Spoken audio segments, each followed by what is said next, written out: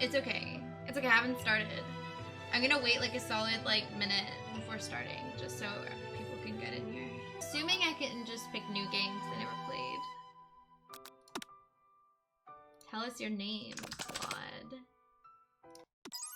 Ooh. You sleep softly as the morning sun casts a warm glow through the window of your modest student apartment. His second wife is named Claudia? Stop. Are you serious? You can wake up now. Your first day of culinary school is in no time. Your first day of culinary school is no time to sleep in. What am I doing?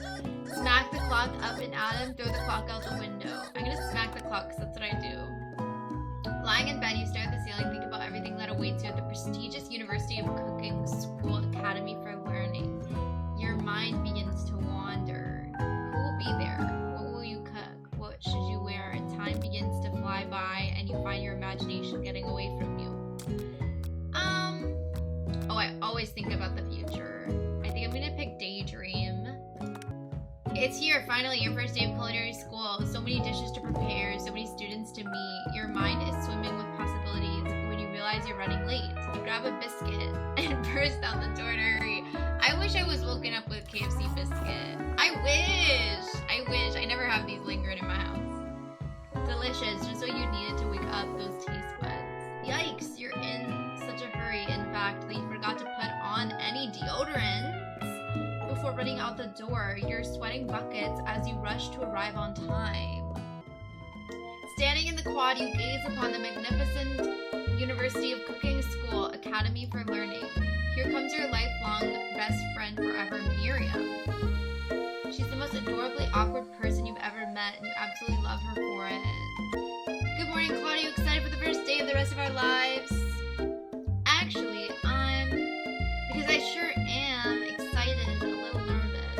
Okay, a lot nervous. What's that? It's just that this morning I made breakfast for myself, but when I ate it, I couldn't taste any love in the food. Game is louder. Yeah.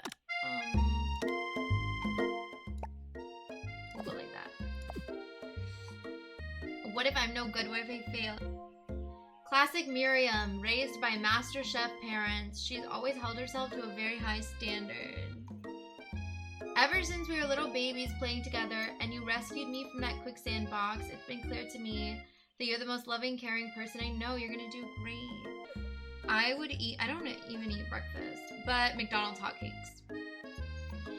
With the University of Cooking School Academy for Learning's famous 3-day only semesters, I'm afraid of being left behind. You only go for 3 days? A sweet girl, Miriam has always had a flair for the dramatic. This summer, she got so nervous about her first kiss that she chipped a tooth practicing on a mannequin. Should you pep talk her or change the subject to give her some relief? Let's change the subject. It's hard to see Miriam like this, and frankly quite exhausting. Rather than dwell on her anxiety, you try to change the subject to something more interesting. All summer, you've been hearing rumors about a dreamy, enigmatic mystery student who's enrolled at school. I thought he was gonna be the teacher. That's a little worrisome, but you'll be fine. Now, what about this mystery student we read about on the school message board? Any new deets? Oh, get this. I heard his name is Harland, and he's no ordinary student. They say he has powers. He's had them ever since he was born from an egg. What? He was born from an egg? Okay. An egg like a chicken? Don't be ridiculous. But that thing about having powers, it would line up with some of the other rumors I've heard. Like I heard he once fought a bear with just his smile. What? That's like it's like me. I want to tame a bear. You both sigh, thinking about a student so handsome that the law of physics don't dare apply to him. Dreamy. Before you can get another word out, you're rudely interrupted when someone smacks your books and custom engraved measuring spoons out of your hands and onto the ground. Hey, it's Ashley, your arch rival. She's totally evil, but you can't help but be filled with jealousy. She can get anything she wants and she knows it. Uh-oh. Hello, Ashley. Oh, I didn't see you there, chicken shins. What the fuck you just called me? You leave Claude's shins alone. They're perfectly normal shins. Oh, thank you, Miriam. Ugh, you can't stand Ashley. Even her name is annoying. You know for a fact that it's actually Ashley. But she had to add extra letters to make herself feel better than everyone. She spells her name like this, like Ashley. What's that? She added those extra letters to make herself feel better. If anyone here knows what perfect shins look like, it's us. We're not gonna let you or your really weird insults get to us. Across the quad, you see Ashley's best friend, Van the Man. What? Has stopped to look at his own reflection in the mirror. No! Corbin! You want to know what happens to your gifts? They all come to me. They were gifting to Ashley. Thank you. Thank you. She doesn't deserve a sub, though. His pants are so tight you can see him casually working out his glutes while he styles his hair. No lie, they're rockin' glutes. Ahem. Van? You rang? What is this dialogue? You've never been sure what their arrangement is, but as long as you've known them, Ashley and Van have been just as close as you and Miriam, but substantially more devious. They're like Team Rocket. Van looks smoking. I can't believe that University of Cooking School Academy for Learning would ever allow people like you to attend as students. Damn right, Claude. Damn right. Ashley says, I know, right? You'd think they just hand us our diplomas now. Van says, or maybe hire us on as professors. You amateurs could learn a lot from us. With the first day of school about to start, there's just not time to properly tell these two off, so you resist the urge. Let's go, Miriam. Psh, see you later, losers. As you approach the door, you see a goofy-looking kid pushing hard against the window directly next to it.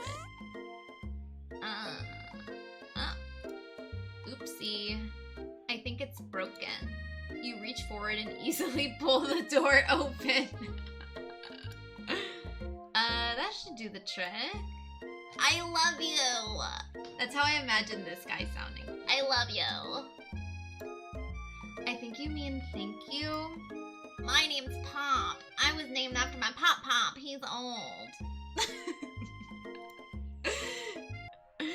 Could someone like this also be a student at the school? He must be one heck of a chef. Also, his name tag clearly says Bob, but I guess he's reading it upside down.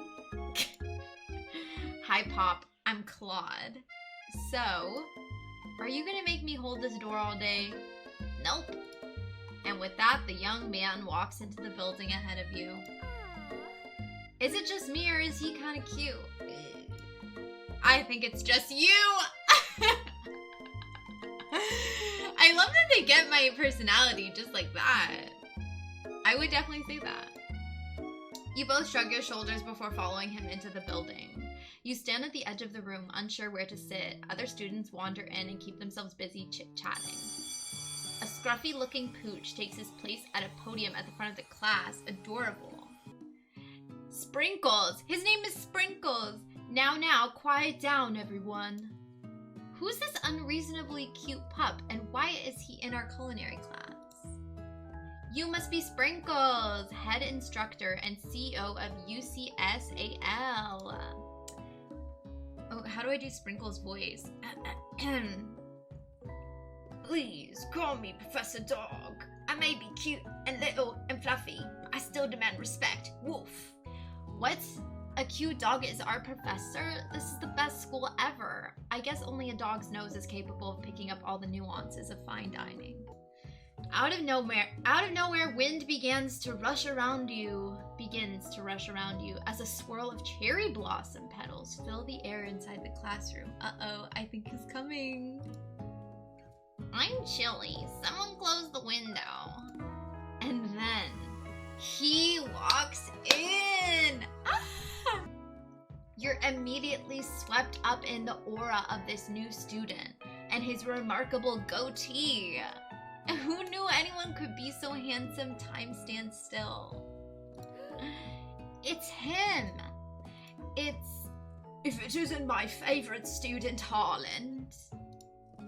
Colonel Sanders interrupts Sprinkles, sorry, Professor Dog, before he can finish his sentence. Ah. Oh shit, what should my voice be for him? It has to be like super deep. Please call me Colonel. Like that?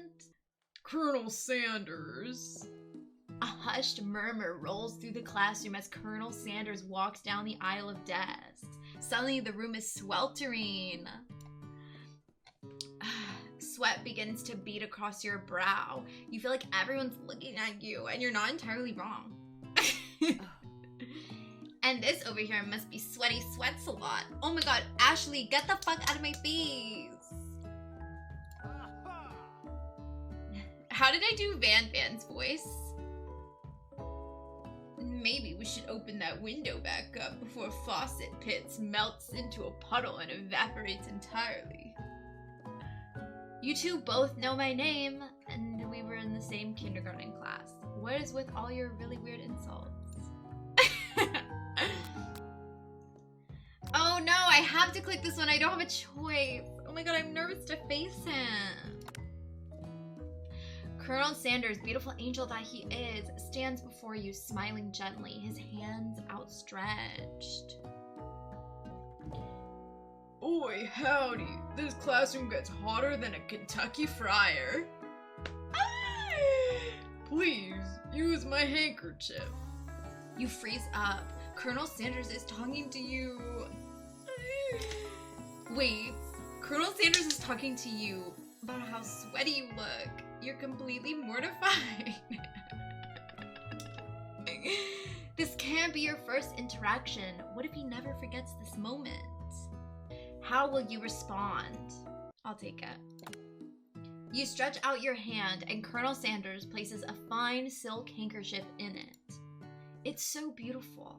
You hesitate to press it to your face, but when you do, the feeling is transcendent. It has his natural scent on it. It smells of the most delicious chicken you've ever smelled. Professor Dog steps in to settle the class down and set some ground rules. Welcome to the University of Cooking School Academy for Learning, the greatest culinary academy in the world. The birthplace of culinary legends, past, present, and future. Many challenges await you. There will be tears, there will be blood, there might even be really adorable tiny foods. And when all is said and done, there will be a battle. You will lift your sporks and compete in the broom cooking arena. Just then, another student enters the classroom and interrupts the professor's rousing speech. Oh, who the fuck is this now? Hi guys, sorry I'm late. I hope everyone had a good summer. I really miss. Quiet! Late to class is bad enough, but interrupting my monologue? You're on the fast track out of here, young man. Are you sure you're even in the right place? Don't you recognize me? This is my third year in this school with you as my teacher. Everyone stares at him blankly. Does no one remember me? You're expelled if you utter one more word before I finish. Let that be a lesson to you students that tardiness is unacceptable. Even Clank made it here on time, rolling halfway across town on his tiny wheels. You turn to see the student Sprinkles is referencing, who appears to be some sort of industrial kitchen appliance. Stop! Is this the fryer? Oh my god, no! Bzzzt. The class bursts into laughter. Oh, Clank, you rascal. Sprinkles walks in the classroom as everyone stands in silent obedience. When he gets to you, he lifts his nose into the air and takes a deep sniff. Your diet's lacking. Based on what I'm picking up here, you definitely need a multivitamin. You should be taking better care of yourself. That's a student. Weird. You've never had a talking dog as a teacher before, but Sprinkle's reputation for being smart but tough is well known. You decide to try and butter him up by giving him a treat from your pocket. But what kind? Ooh, what should we go with? Should we stick with chicken? But then he might judge my chicken. I don't have a fursuit. Okay, I think I might stay away from the foods because he might judge my cooking and I haven't taken the class. So we go with rubber ball. You reach beneath your apron and return with a rubber ball in your hand. Sprinkle's eyes go wide as he locks onto it. You toss the ball and he bounds after it, grabbing it in his mouth and swinging it from side to side before dropping it. The thrill passes quickly. It's not clear if that endeared you to him or not. Oh. Settle down, young chefs. Take your seats and prepare to have your minds open to the amazing possibilities of culinary creation. As everyone rushes to claim their favorite seats, you're left standing at the front of the room. Only 2 options remain. Hey Claude, there's still a seat here. Oh, how did I do Colonel Sanders? It seems that no one has claimed this seat next to me if you're interested. 2 good options, but which will you choose? Yeah, I'm gonna say Colonel Sanders, because we need to end up, you know. You move to take your seat by Colonel Sanders. It appears he brought no books, pens, or pencils. However, his perfect upright posture shows off his seriousness that makes you confident in his desire to learn. Thanks for offering me this seat. I've only had 2 rules. Do all you can and do it the best you can. It's the only way you ever get that feeling of accomplishing something. That's so inspiring. Is that my way of flirting? A little off topic if you ask me, but okay. As soon as you've settled into your seat, the professor makes an announcement. Think fast. It's time for a pop quiz. Yay, a quiz about me. This incredibly important and surprisingly short quiz will tell me if you're ready for life at culinary school. Keep your knives sharp and your focus sharper. Here comes question 1. If train A is traveling to point B and train B is traveling to point A, how important is it to wash your hands before cooking? I'm gonna suck up. That's right. I got it right. Forest is to tree as chicken is to feather? What is the most efficient eating utensil ever created? I kind of want to say meat tenderizer. I say meat. Oh, I got it wrong. Oops. What food is best for a broken heart? Anything as long as it's prepared with love and not too much salt. I think it's this. That's right. I got it right. Is Sprinkles a good boy? Oh, this is getting a little too much. He's a talking dog that teaches at culinary school. He's the best boy. I'm picking that one. That's right. That's stress. My total score is 4 out of 5. We passed, I think. Did I pass? Only 1 wrong. Not too shabby. You might just do all right, kid. You look up to see that Colonel Sanders been watching you tally your score and he nods with approval. May I have your attention, students? I have an important announcement to make. Time for lunch. Oh my god, I get to eat with Colonel. I know it. Wow, the cafeteria is as nice as any restaurant you've ever eaten at. It makes sense that a school dedicated to cooking will also be serious about eating. Facts only.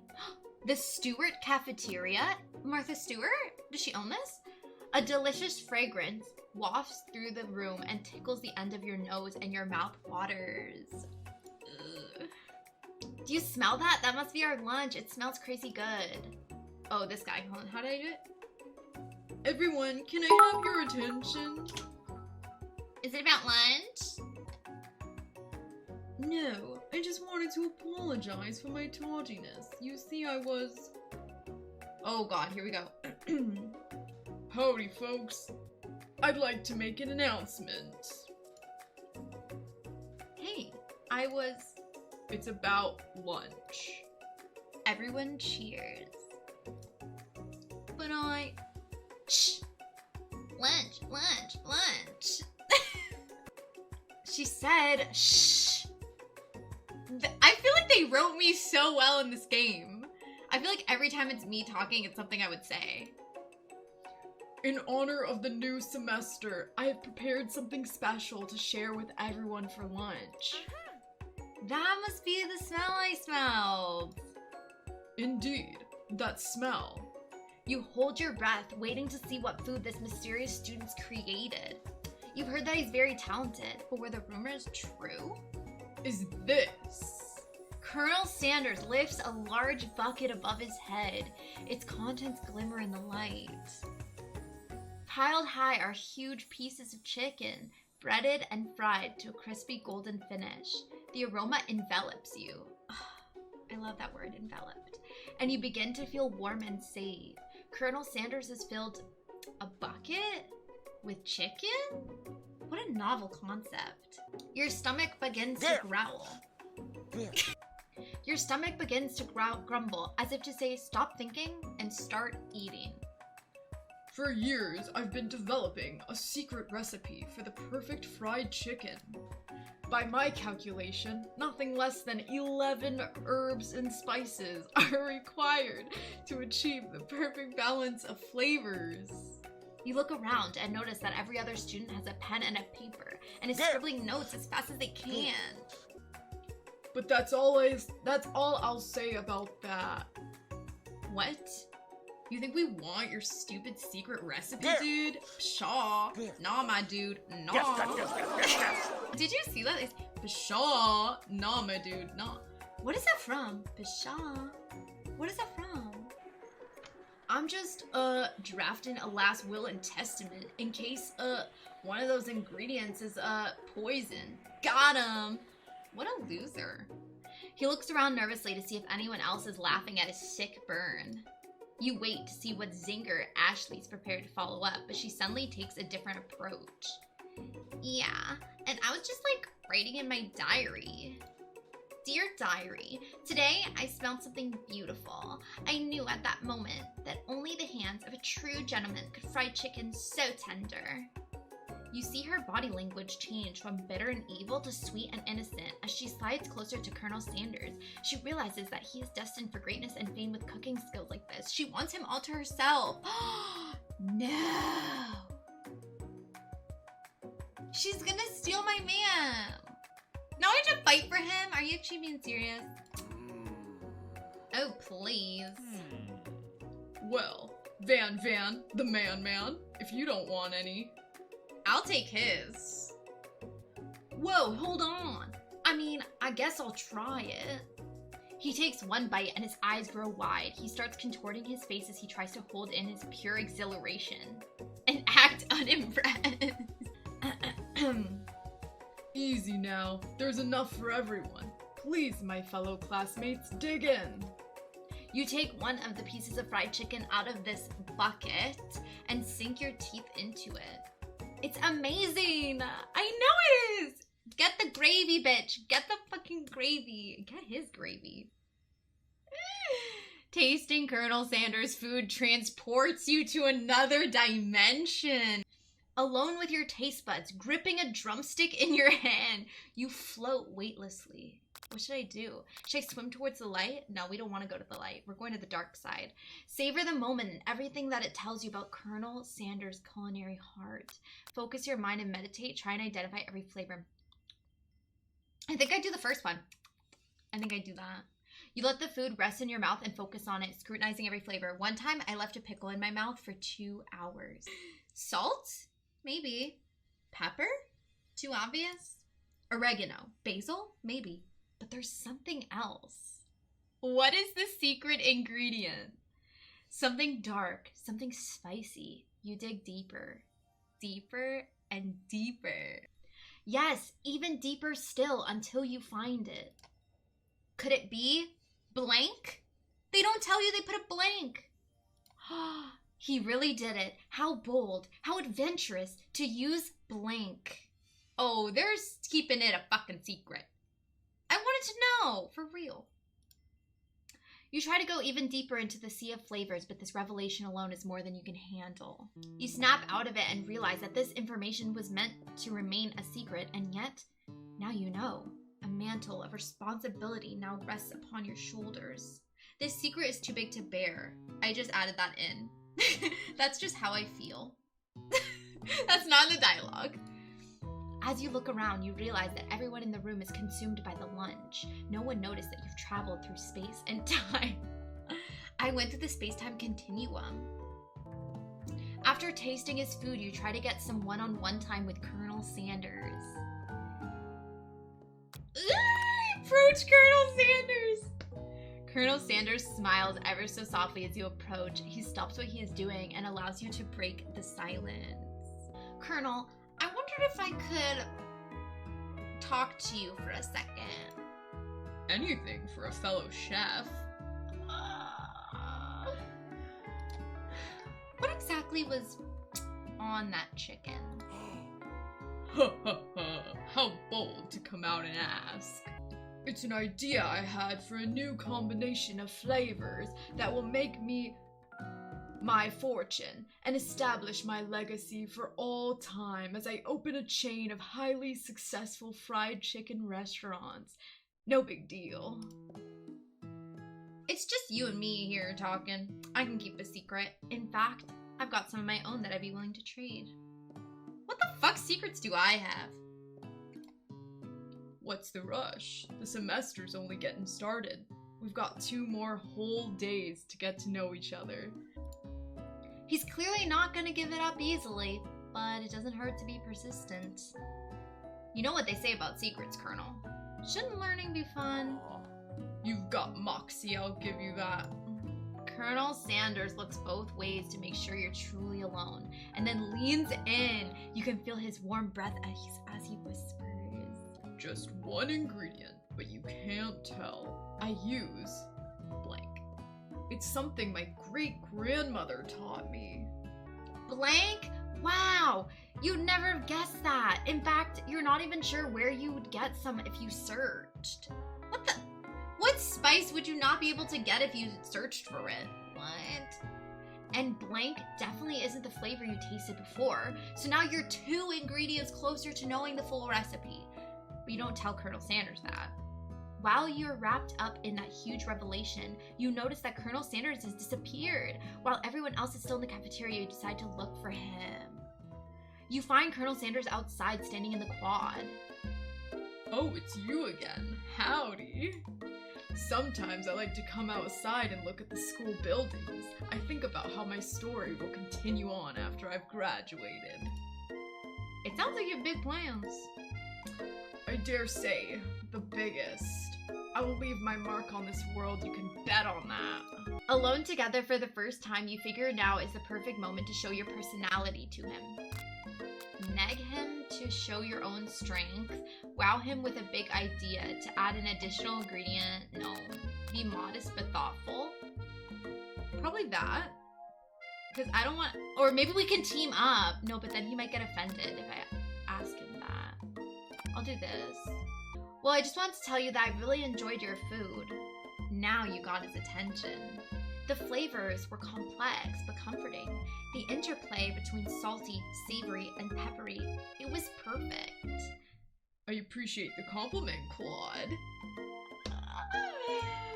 I'm sure you'll be a big success. I know we only met today, but I'm starting to get the same feeling about you. We should head back inside. The next lesson starts soon. You step into the massive cooking arena where the afternoon lesson will take place. Each student gets an oven and all the tools and ingredients they could need. Look at this place. It's magnificent. Finally, we get to show our stuff. Wait a second. Oh no, we have to show our stuff. What if I totally blow it? You're not gonna blow anything, except maybe kisses to the crowd of fans you're gonna earn with your signature adorable tiny food creations. Welcome, students, to the cooking arena. For today's lesson, we'll be cooking with partners. Hurry up and pair off. Naturally, Miriam looks over at you, but unable to control yourself, you pounce on Colonel... You pounce on him! You pounce on Colonel Sanders. Hey, Colonel, would you like to tackle this lesson as a team? A team of 2, that is me and you, if that wasn't clear before. This is literally how I would talk in real life. Wanna be my partner? Sure, Claude. I'll prepare our station. Without you as a partner, Miriam is left standing all alone. 2 different students quickly take notice. Hello, partner. Beep, beep, boop, bzz. Oh my, 2 potential partners? I'm so sorry, gentlemen, but I don't know who to choose. It looks like you have to pick for her. Friend duties can be a little awkward, but that's the price you pay for not being alone forever. Who do you want to ask to be Miriam's partner?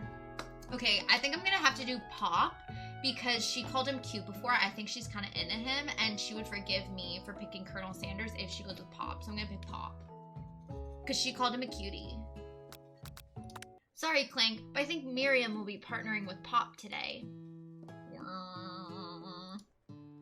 Pop gives a big smile as he steps up to the same station as Miriam. I'm a chef. He holds up a banana and without peeling it, proudly eats the entire thing. Miriam is too kind to act grossed out. I love your enthusiasm, Pop.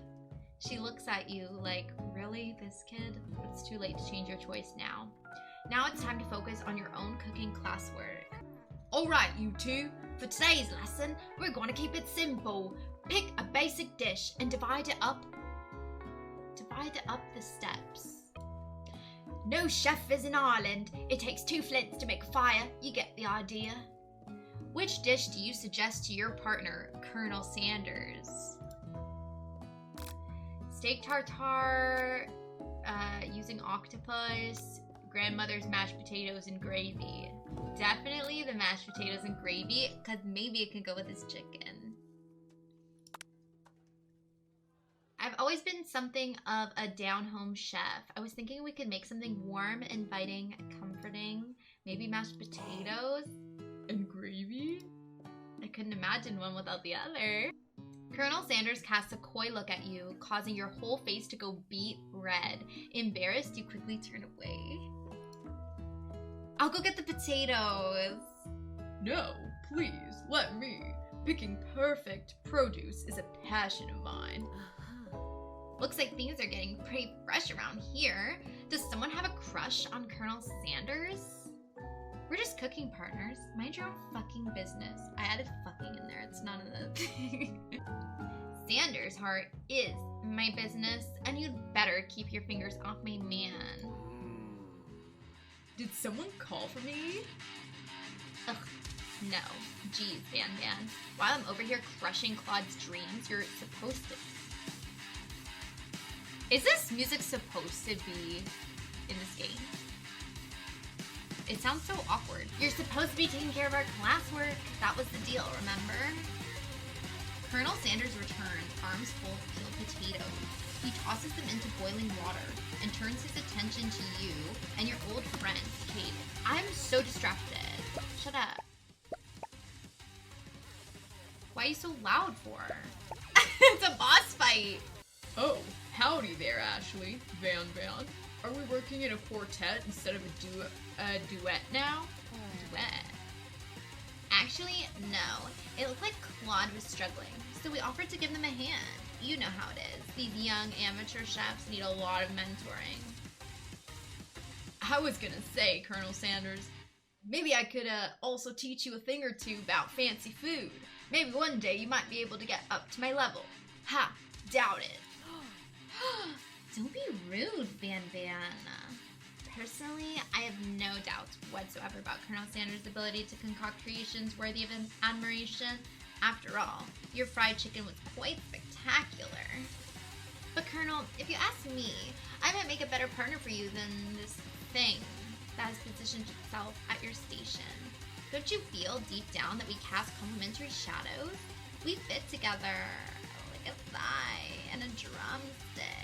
It just makes sense. Nothing about this makes any sense. But one thing is clear, she's coming for Colonel if you don't watch out. Ashley's really going at you hard. You need to ask for some backup here before things get ugly. Oh, what do I do? Turn to Colonel Sanders' hunk of hunks? Turn to Miriam. I think I might tap in Miriam for this one. You turn to Miriam, and as soon as you find her, she senses it and looks back. This girl's friend in need radar is second to none. She immediately comes running over. Is somebody threatening my friend? I'll destroy them. I actually think Ashley and Van Van were just leaving. Leaving you in the dust vis-a-vis my skills as a chef, perhaps. But stepping away from this competition, you're sorely mistaken. Miriam, you're a loyal friend, but Claude is my partner for today's activities. You look for Sprinkles in hopes that he might step in, but he's nowhere to be found. Darn those cute corgis and their short but sturdy stature. You look down at your station and realize that in the tension of the moment, your hands have been cooking on autopilot. Distracted by the drama, you've already crushed the boiled potatoes into a perfectly creamy mashed texture with plenty of butter and cream for flavor. It's as if your natural passion guided you through the steps you know so well while your attention was elsewhere. I know just what to do. Colonel Sanders extends his hand. He's holding a beautiful white porcelain gravy boat, out of which pours a smooth brown gravy, smothering your nearly finished potato dish. Nom nom nom nom. Gravy flows down the mound of mashed potatoes. The results look spectacular. Granny would be so proud.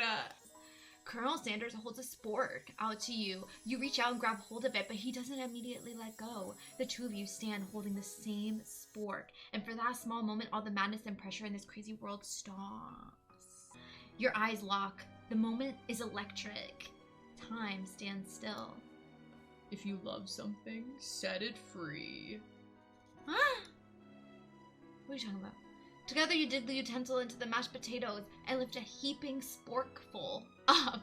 When you see Ashley with a sinister look, you know she's plotting against you to be with Colonel Sanders. And then, filled with rage and without thinking, you fling the sporkful of mashed potatoes right into Ashley's stupid, beautiful face. Van Van, do something! Do something!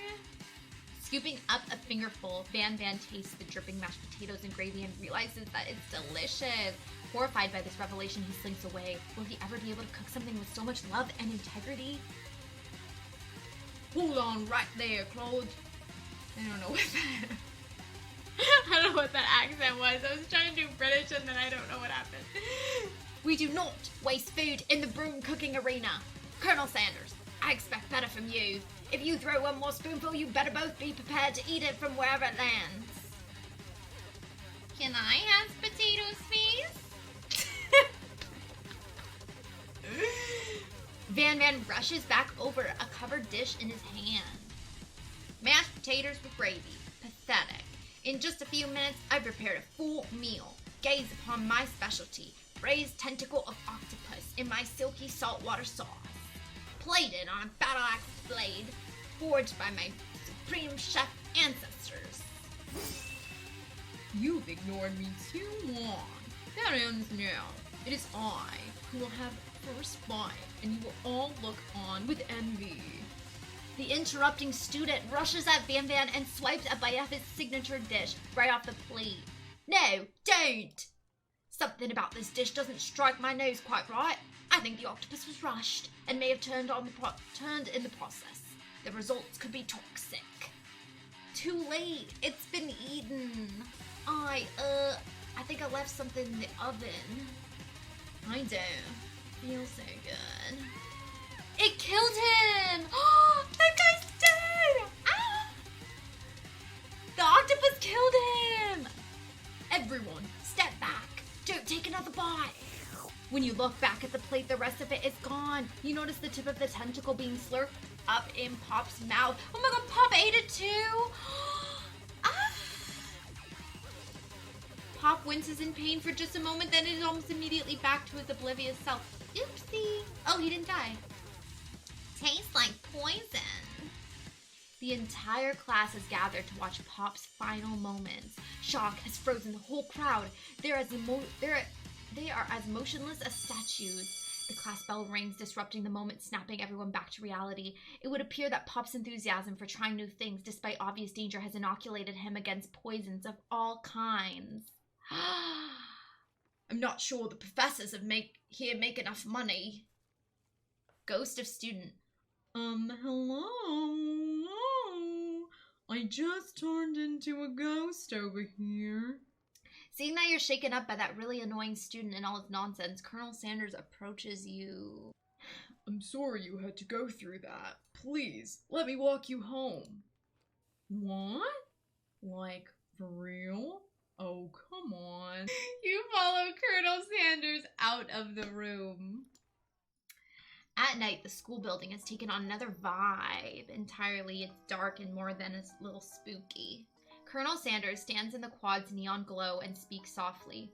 Those mashed potatoes you made in class today. Before you go on, I want you to know, they're not a great representation of my skills. I didn't even realize I was making them.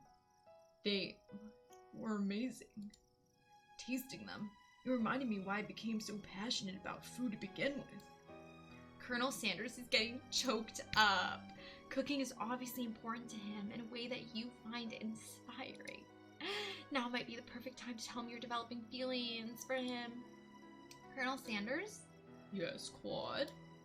There's something I need to tell you. Hold it right there. There's something I need to tell you first. Oh, jeez. You see, when I was just a boy, I had a dream that one day I would be the greatest chef the world's ever seen. Paha, yeah.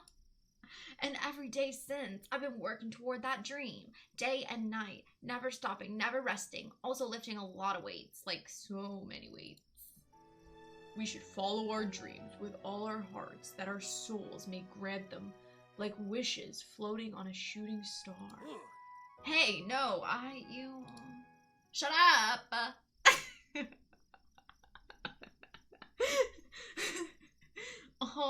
I'm the one here to say inspirational stuff and be the star of the story, Are we forgetting that your cooking literally killed a guy? You can't prove that, I also saw you kill that guy. What was his name? Somewhere in the distance, you hear a long, sad sigh. Forget him, we're talking about me. Me. I'm the hero. The spork monster? What is this? How do I do this? The spork monster is here to fight me, hero. I think I left the fridge door open. Later, nerds.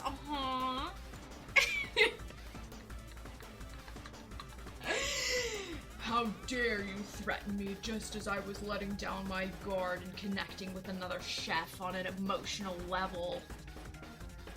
Be afraid. Be very afraid of me because I'm a monster. See? Is he rhyming on purpose, or is that just a coincidence?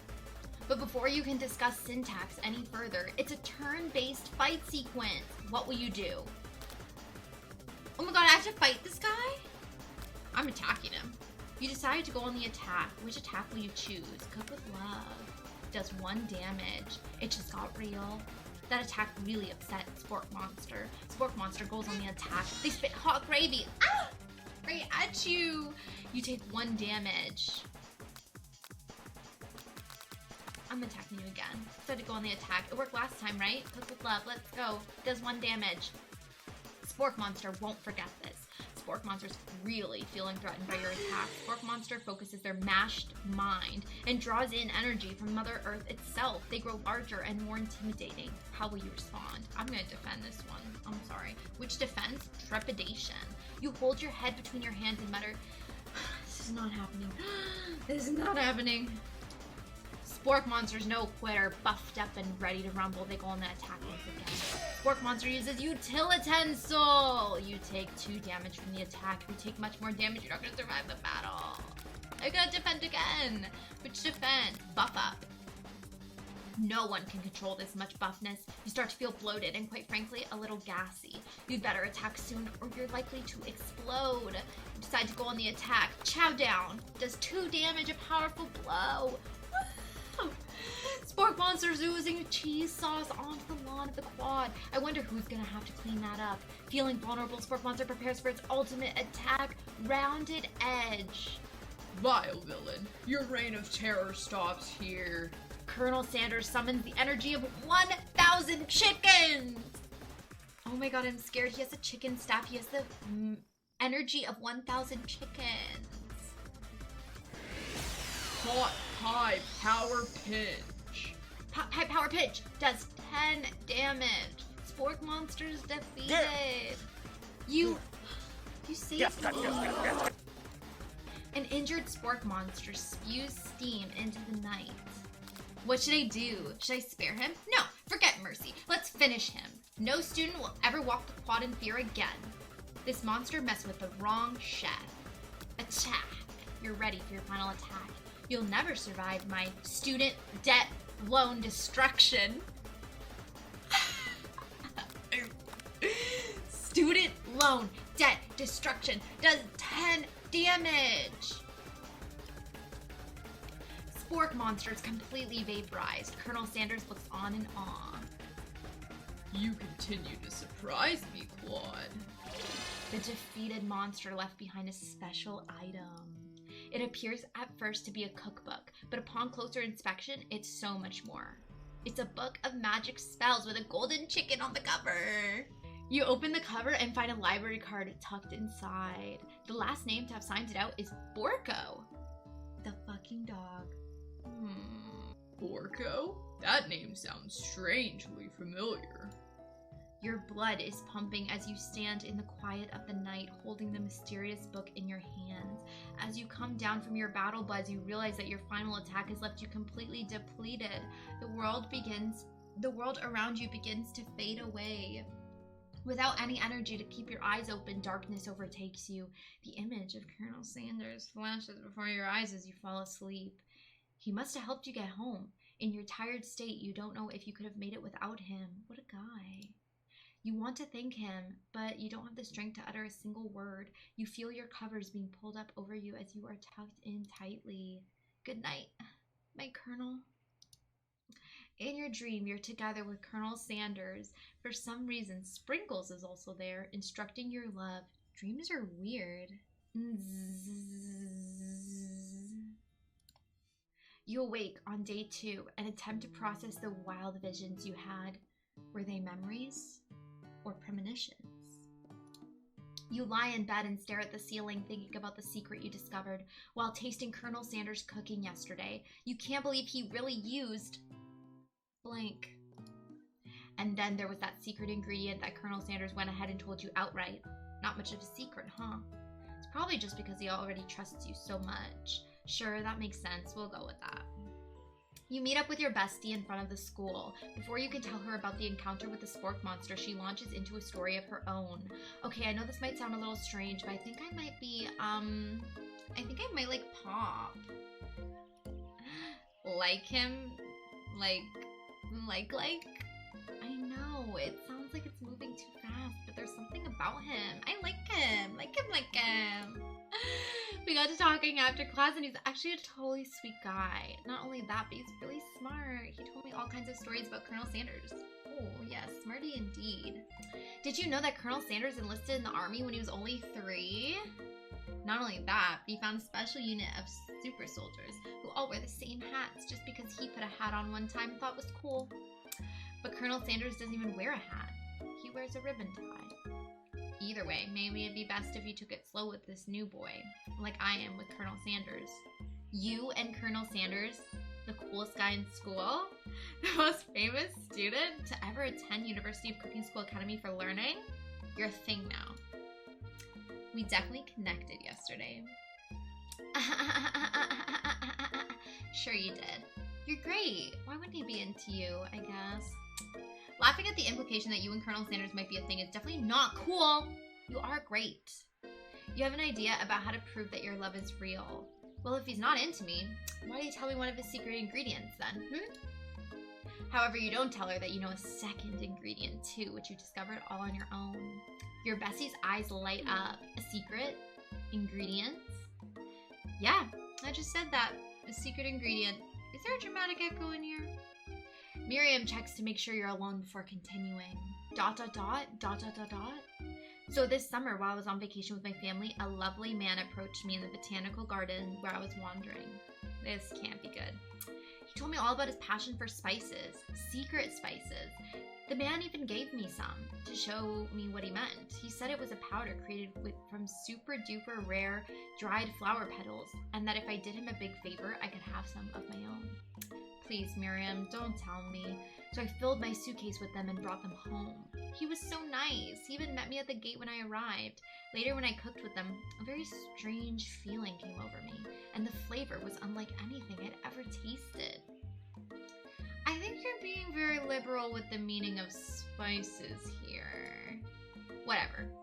Anyhow, we both share an interest in cooking, so we've stayed in touch, you know, like pen pals. I bet he would love to know more about new spices. Well, I'm definitely not supposed to share Colonel Sanders' secret recipe, and besides, I only know the one ingredient, so I doubt it'd be much use to anyone. Cough, fibber, cough. Please, please, please. It would mean the world to me. No one has to know it came from you or from Colonel Sanders. What do you think? Should you protect Colonel Sanders' secret or share it with your bestie? I feel like if I really want Colonel, I'm gonna have to not tell her. So I think I'm gonna make up a fake ingredient. You quickly think of a fake ingredient name. Yes, I'm protecting him. I don't know, how about... It was Eye of Newt. I know, it sounds like some kind of witch's potion, but what can you do? Eye of Newt? Wow. Her eyes light up imagining such a thing, and you figure that you've satisfied her curiosity and she'll move on. However, she immediately turns around and does some thumb typing on her phone that you can't quite see. That's probably not good. Or you can ask her to confirm that she was definitely not texting secrets to other people. You're interrupted. A wind rushes in. Cherry blossom petals fill the air. It's Colonel Sanders. He's arriving at school. He's in a horse. Do I stand back and admire his majestic glory, or do I run to him? Yeah, I'm gonna run to him. You decide that the best way to show Miriam how serious you and Colonel Sanders are would be to run to him. Surely he'll sweep you up onto the back of his stallion and you'll ride away together. That'll show her good. I have a feeling he's gonna turn me down. I get a feeling. Oh, Colonel, my Colonel. However, your sudden movements surprise the horse and it rears up, kicking you directly in the face. Ah! My eyes! My eyes! The force of the blow completely knocks you out cold. In the darkness, you see a vision. Claude, I'm here to deliver you a message. Not this guy. It is important that you remember this exactly as I say it. If you forget, the world could end, so you know it's serious. I've been trapped in a realm beyond, but a great prophecy relies on my return. Only you can save me. All you need to do is repeat my name 3 times, and that name is... But before you can continue, you suddenly awake. You awake to find Colonel Sanders tending to you. He's taking care of me. He roused you back to life with a satchel of secret spices. Or is that just his natural seasoned musk? Compliment the craftsmanship of his work. I'm gonna lean in. Should I lean in? I need CPR. I can't breathe. I can't breathe. I need mouth to mouth. I need mouth to mouth. Whoa, whoa, whoa. You've known him for a day. Are you really sure? I guess you must be. You put your arms around Colonel Sanders' neck and pull him in for a kiss. But he turns his face and you awkwardly kiss his ear. You can feel him shudder. What the? I'm having such a rough time. Too soon! You clearly mistook his compassion for love. Your soul crawls inside of itself and you instantly die of embarrassment. Game over! Oh my god, I gotta do day 2 all over again! Okay, wait, let me just skip all this. Okay, we're gonna not get hit by the horse. Okay. Oh, I didn't realize anyone was watching. Don't worry, he knows his way home. You attempt to compliment Colonel Sanders, but the words don't come exactly right. What a horseful beaut you have. I mean, what a horseful beaut you have. Dang it! That's what I just said. Being a good friend, Miriam attempts to cover for you. Oh, Claude just gets really nervous around people they like. What? helping? I mean, they got food poisoning her up all night. It was gruesome. You should have seen it. She gives you a wink and smiles as if to say situation handled. Can't blame a girl for trying. With that, Colonel Sanders disappears into the school, leaving you and Miriam to follow. Okay, we passed. When you enter the classroom, you can see your two rivals, Ashley and Van Van, are doing something bad. By the way they're hiding, you know it must be really bad. Who is that guy in the picture in the back? Who is that? Like, counterfeiting recipes bad, experimenting with restricted ingredients bad, summoning a demon bad, sin bad. You try and get a peek over Van Van's hulking shoulder, but he sees you coming. Whoa there, little one. I'm not sure you're ready to handle this. Why don't you make like a bee and mind your own wax, honey? Tell them to stop acting immature, act like you're not interested in them, but really try and get a closer look. Act like I'm not interested and try and get a look. You sit near the rivals, but leave your back turned to them. You even hear Van Van mutter something that sounds a bit like a magic spell. However, he notices you eavesdropping. You try and cover your tracks and improvise an excuse. It's time for class and you're distracting the rest of us who want to learn. Now you've upset them. Oh, and you're the emperor of cooking, are you? You make the rules. I'm not sure you know a good meal if it ain't you. Being the best chef in the world takes more than just culinary skills. It takes creativity. It takes panache. It doesn't hurt to use a little evil. You finally get a look at what it was they were hiding and you instantly recognize it. It's a book! Just like the one you found after your encounter with the spork monster. That's the same book that I found last night in the quad. Ashley immediately elbows Van Van, who hides the book behind his back. I don't know what you're talking about. That book is a family heirloom and its contents are a secret. You notice that they haven't just been studying the book. They've got Pop pinned to the wall, and they're tossing potato skins at him as he tries to catch them in his mouth. We're playing. Before you can dig in any further, you're interrupted by the arrival of more students. It's almost time for class. Beep beep. Clank must be running late. He's in such a hurry that he rolls right over Van Van's meaty foot. Hey, watch it, you bucket of bolts. You watch how you talk to him. He didn't do anything. Bzzzt. Who do you think you're talking to? I've never heard such language, not even from a stand mixer. Womp womp. No, your mother was a stand mixer. Van Van jumps to attack Clank, but Clank shocks Van Van, sending him flying across the room. Protect me, Colonel Sanders. These crazed men are about to come to blows. I think it must be over for me, but I'm not interested in either of them. Ashley's tone has completely changed in an instant. She bats her eyelashes at Colonel Sanders. Surely he must know that this is a ruse, right? Gentlemen, get a hold of yourselves. Save it for the arena at least. Or don't. Honestly, what do I care? I've got lofty career aspirations to focus on. Maybe I can help you with your business plan. Just then, Sprinkles arrives to signal the true start of the class day. He's panting, which doesn't seem that abnormal. He's a professor, but he's also a dog. Students, please take your seats. I apologize for my late arrival. I spent the morning chasing a car all around town and my tiny legs are very, very tired. But I'm here now and I hope you're ready to learn. You try to give Sprinkles a pat on the head, but he snarls right at you. Ah! Sorry. I get a little worked up if people try and pet me before I've had my morning coffee. Let that be a lesson for you. After he catches his breath, Sprinkles regains control of the classroom. Without further ado, we'll review the global history of my favorite fowl, the chicken. You want to pay attention to the lesson, truly you do. Which is why in 1776, at the signing of the Declaration of Independence, it was a chicken who first signed their name. But you can't help but daydream about Colonel Sanders. And you miss most of the important parts. When you come to, Sprinkles is holding a tray of food in front of you. Well, Claude? Naturally, this appears to you to be a sample platter. Which item do you want to sample? Sample a glass of water, a shimmering pepper, a dog biscuit. I don't know. Okay, I'll go with the water. You grab the glass of water and gulp it down. It's cool and crisp like the purest snow melted by a mountain spring.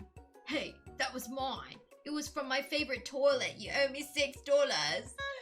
I just drank toilet water. I just drank toilet water.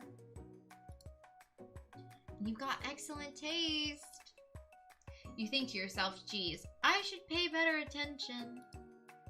We all make mistakes. I'm sure he'll forgive you someday. Come on, it's time for lunch. Before anyone can relax, the cafeteria lights dim. And your rivals enter to make a dramatic announcement. Today's lunch will be prepared via timed competitive cook-off. The level of theatrics with these two is off the charts. Demand that they stop wasting everyone's time, step up and tell them you're on. Oh, you're on! It's the pepper, is it? Oh well. I feel like that one you didn't have to get the proper answer because we still moved on anyway. A bit of a lunchtime competition, eh?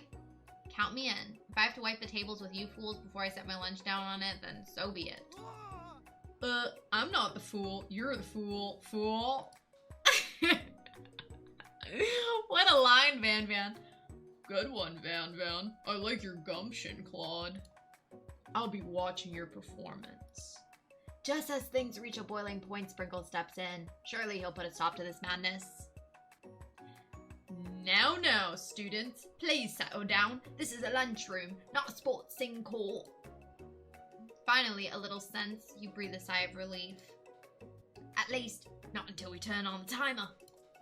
Just then, a huge light blasts you in the face and flashing the words, timer ready. That's what I'm talking about. Ow! I stand corrected. The hard way builds solidly a foundation of confidence that cannot be swept away.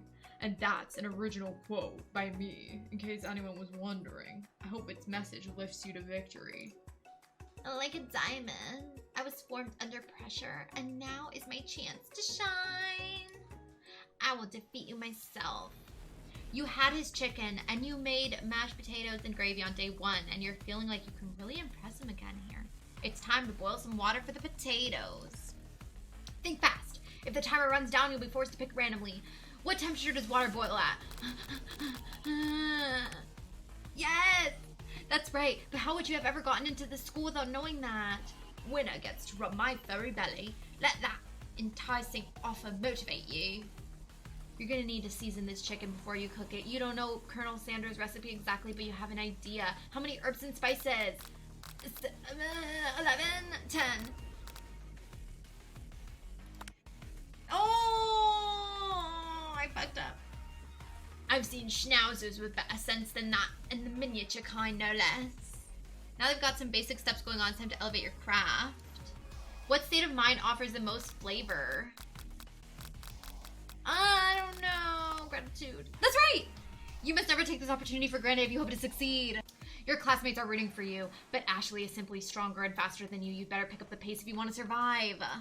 When you were a child, your father told you to never forget where you came from. Every day, you meditate on his advice and draw energy from that place. Now would be a great time to harness that energy. So where does it come from? Deepening the shoulder of Orion is a small town where dreams are born. Yes! That's right! It's your shot. This is your shot and you're not gonna miss it. Ow! You try to shut out the noise of the arena and focus on your cooking. What is the sound of success? Sizzling, bubbling, silent, sizzling. That's wrong! Don't make me get the spray bottle! Next question. You notice Colonel Sanders out of the corner of your eye. I believe in you, Claude. He's actually cheering you on, which would be awesome, except knowing he's watching you makes you totally forget what you're doing. Now all you can think about is Colonel Sanders. How many spoonfuls of gravy would it take to fill a traditional Victorian? Oh my god, I didn't even get time to read it! What were you thinking? You might get the competition. Grrr. You're stranded to someone on one cuckoo. Which do you take? What a hunk. I know, right? You know what? Shouldn't you be focused on the challenge? You're falling behind. Wedding vows? What does that have to do with crafting spectacular fried chicken and delicate baked biscuits? Woof woof. You're really struggling to keep up. At the next station over, Ashley has already begun plating elements of her dish. It's colorful and complex. To make up time, you toss your biscuit dough into a stand mixer. As you do, the crowd gasps. Yikes. I know you love nothing more than seeing a fellow appliance utilized in a kitchen battle, but sometimes that means sacrificing the personal touch. You might not have any hands, but Claude does, and a good chef needs to be touching the dough to know when it's properly mixed. There's an easy way and a hard way. You don't get far by going the easy way. When you hear everyone talking, you realize how serious your error was. You immediately shove your hand into the mixer to rescue your dough before it's over. Stop! Is my hand gonna come off? Claude, no! But you're not fast enough and your hand gets stuck. It's immediately crushed by this quickly spinning beaters. There's no way you'll be able to use that hand for the rest of the match. Colonel Sanders shakes his head in shame. What you often find is that the easy way can turn out much, much more difficult. Everyone stop what you're doing right now. This battle is over. It can't be. I was so close to finishing my dish. Sweetheart, look at your hand. You simply can't go on. Aw, that's too bad. And here I am with a completed dish ready to serve. Surely that makes me the winner by default. No, it wouldn't be fair to compare the two on account of Claude's injury. You see Sprinkles begins to lick his doggy chops as he locks onto the dish. But I suppose you should at least tell us what you prepared. Well, because I'm the sweetest, I skip straight to dessert. Under this white chocolate dome, you'll find a wide array of delights, taking you on a journey of flavor that tastes good and tells a story of excellence. I was gonna ask Claude to do the honor, but since you're injured, I'm afraid that pouring this creamer of delicate hot chocolate sauce might be too difficult. Colonel Sanders, if you wouldn't mind lending me your strong, steady hand. Colonel Sanders pours the hot chocolate sauce on top of the dome, causing it to melt away, revealing the ingredients hidden within. Inside, you'll find a delicate fried cheese croquette, atop a slice of honeycomb, ice cream 2 ways, tender nougat, and pearls of blueberry gelée. The fuck is that? Colonel Sanders seems intrigued, but perhaps not impressed as he dips his finger in the chocolate sauce. Simplicity isn't your strong suit, is it, Ashley? Oh, you. As he places a sauce-covered finger into his lips, Ashley leans over and whispers something into his ear. A dab of sauce sticks to his mustache. I put myself between them. Ah, fuck it. I'm putting myself between them. I can't handle this. I can't see my man with someone else. You reach out with your apron and wipe the sauce off his glistening face. Colonel Sanders recoils. Stop! Stop pushing me away.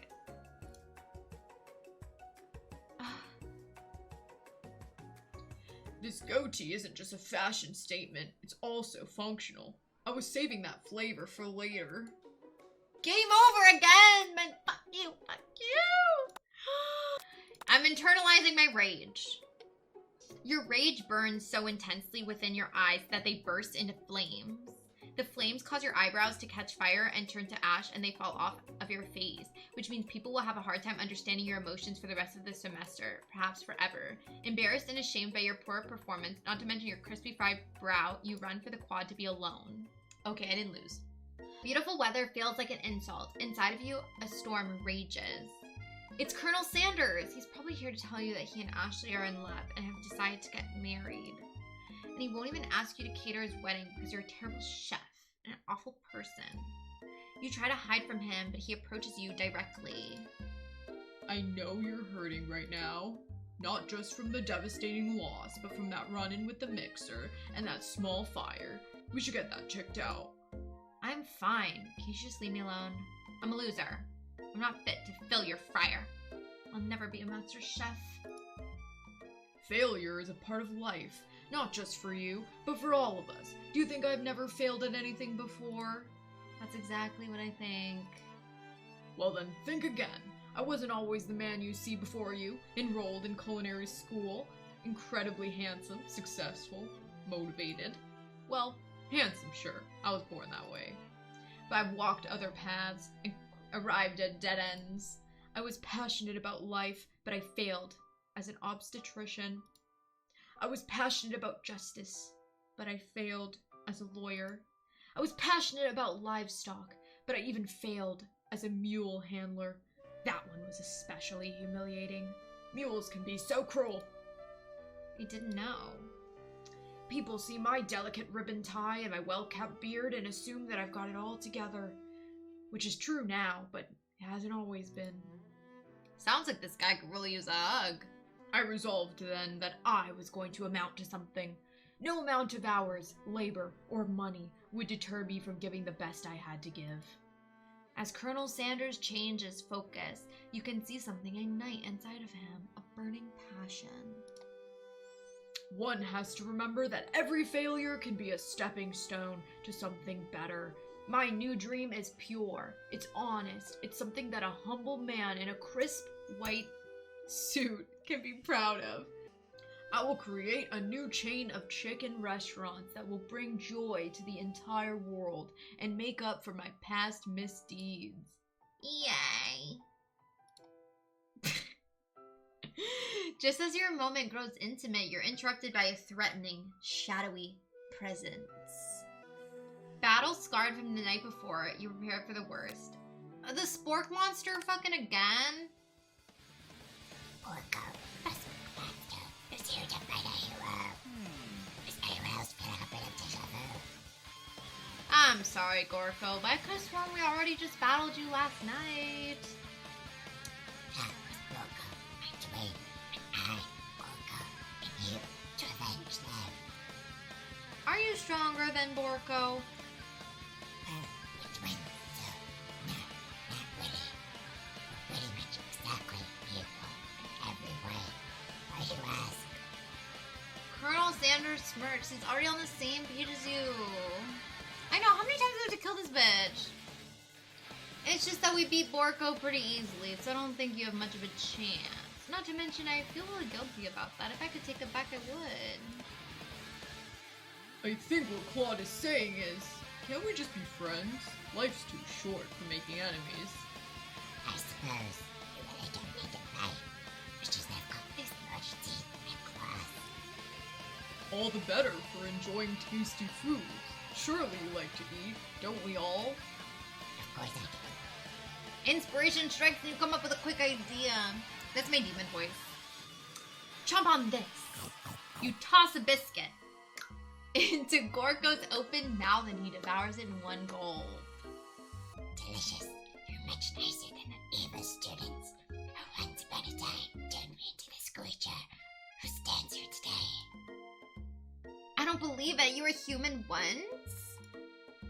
Well, no, I was a chihuahua, He was a chihuahua.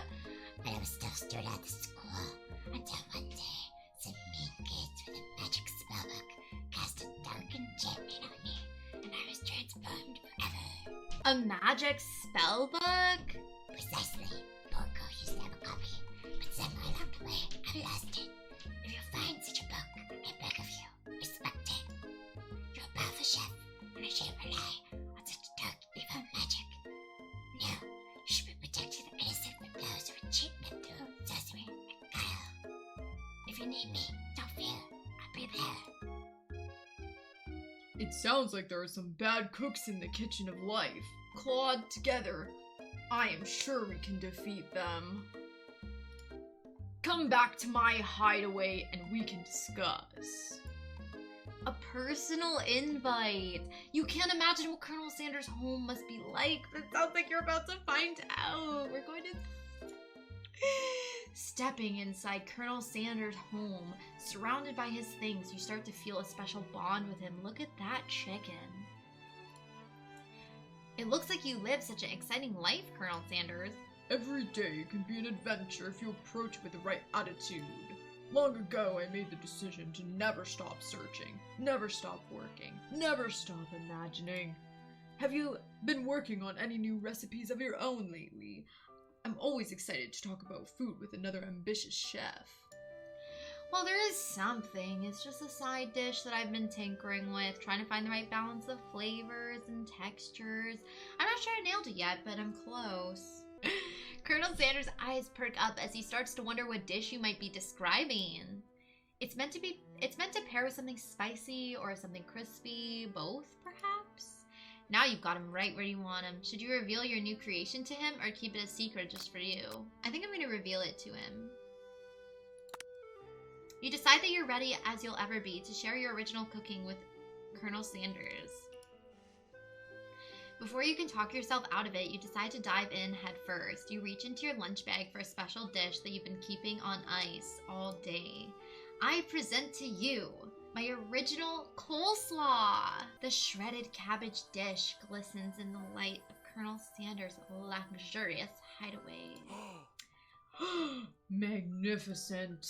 Together you chow down on the creamy slaw until just a spoonful remains in the bowl. Why is there an urn?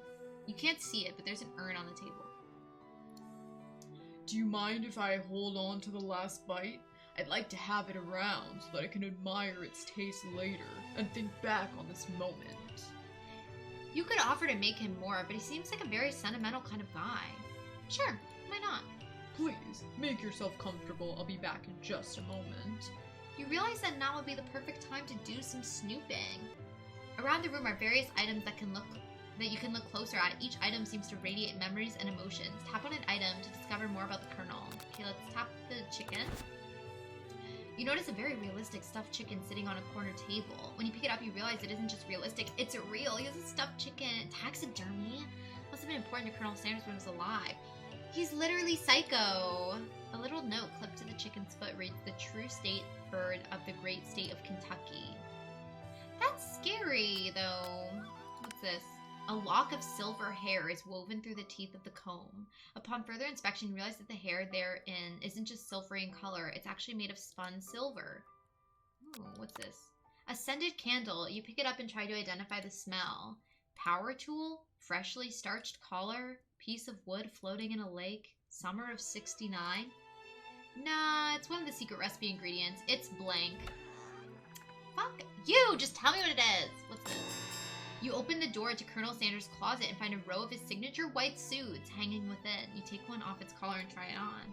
Ooh, the jacket is a bit big for you, but it's soft and comfortable. You give yourself a deep hug, breathing in his scent. They say that home is where the heart is. Is this what they meant? Before you can look any further, you hear Colonel Sanders returning. He has a new dish that he's been working on and he wants you to taste it. You try to act casual until he asks you why you're wearing his jacket. Now he's catching me being a fucking creep.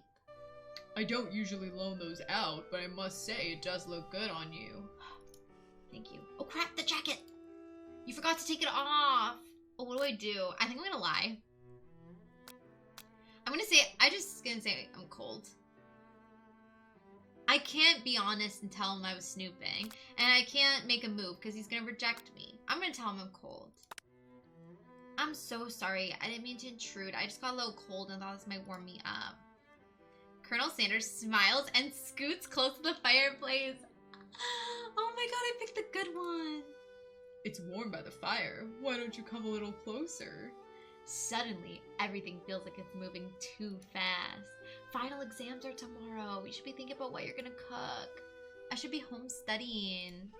Overwhelmed, you take off the jacket and run for the door, but the thought of leaving Colonel in the midst of such an emotional breakthrough gives you pause.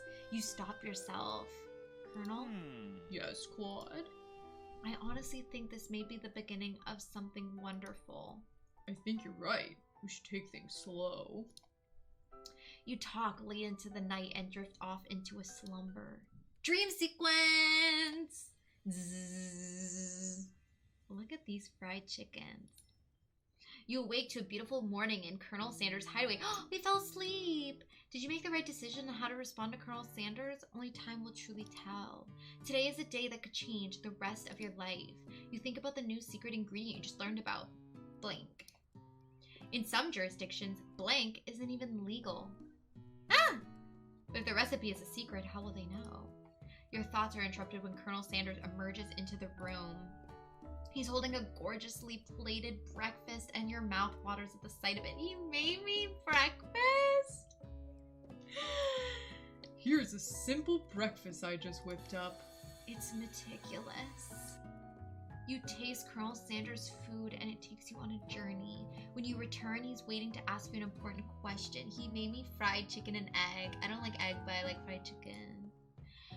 So would you say that we're the perfect match? Oh, was it waffles? I thought it was eggs. I didn't mean to click. To be honest, I clicked thinking the dialogue would continue and it would stay on the page, but then the page went away. Fuck. How presumptuous. My cuisine and your taste buds, that is. Oh, was it biscuit? Oh, what a good breakfast. Such confidence, such grace. Could he be the world's greatest gift to cookery? We'll flatter him.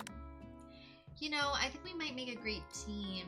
A single tear begins to pool in the corner of his eye as he gazes out the window. And with the right business partner, I know I can't fail. Business partner? Could he be talking to you? It's all happening so quickly. Overcome with emotion and confused by your feelings, you're on the verge of tears. Unable to speak, the only answer you can find is to run out the door and get home.